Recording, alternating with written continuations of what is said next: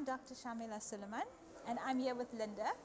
And Linda is going to be telling me about her concerns that she wants addressed in terms of her face and her anti-aging protocols in general. I've had Botox in the past and a little bit of filler. I've got a highly expressive face. I'm very undisciplined at going back regularly to get Botox. It works for me, but it wears off very quickly. Okay. So I'm quite keen to try something else. I feel like I'm needing, it's very simple, it's easier to show you. I just feel like I'm needing A lift. a lift. My eyes, and particularly the jowls and the neckline, which is just like someone switched on or off a switch, happened recently. So I don't like this. Genetically, you can see I'm going to be always been prone to this anyway. So, and generally, just everything's starting to sag. You start to look grumpy. Okay. So you said you've had Botox before. Where have you had the Botox done? Here. Okay. Here. So your frown line, yeah? Oh, I can't remember where the last one was, but yeah, forehead somewhere. Okay. Have you had any other fillers done? Here. Okay. So under the eye area, Yes. anywhere else? In the way distant past. Here, somewhere. Here. Because I had that. Okay. Yeah. All right. Which okay. actually has disappeared, so someone got something right.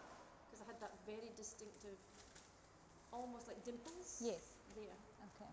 Yes. All right. So my understanding then is that you want to lift your brows and you want to lift the lower half of your face. Yes. I mean, you can see me better than I can see me, but Yeah. when I look in the mirror, oddly enough, it's not the heavy wrinkles that bothers me. When you start to look grumpy, so what is it that starts to make you look tired and grumpy? This starts to happen. Yes. It's particularly one side worse than the other for some reason. And then this is starting to happen. So that's the two things. So for me, I used to play when I was looking in the car side mirror and go, oh look. So basically that. Okay. It's a general lift.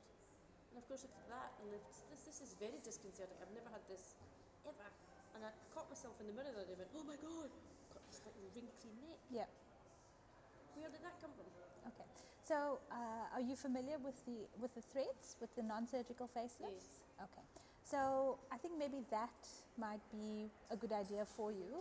Certainly we can lift your brows, so if you don't mind. Not at all. If we can lift this middle part of your forehead, which will help to take away part of the angry look.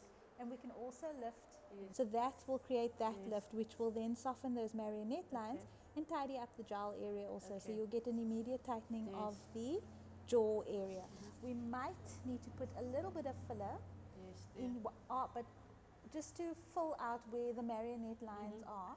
But what I would suggest is we first do the lift, and then 2 weeks after that, when we do your reassessment to see how you're doing after the thread lift, we then put filler in. With your brow lift, we can do a teardrop lift in the center here, which will take care of this middle bit of your angry look.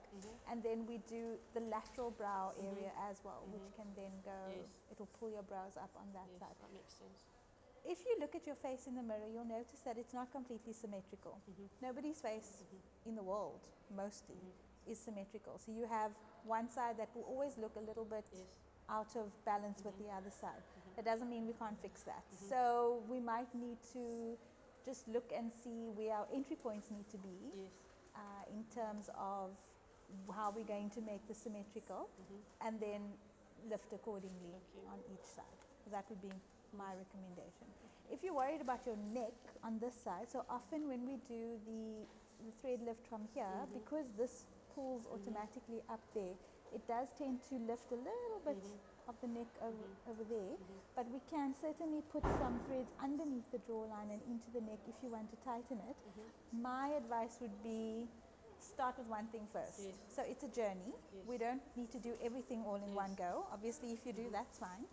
But I think let's pick one thing that you want to start with, and then we'll plan it, and then as we go along we will then fill in and see what else needs to be done.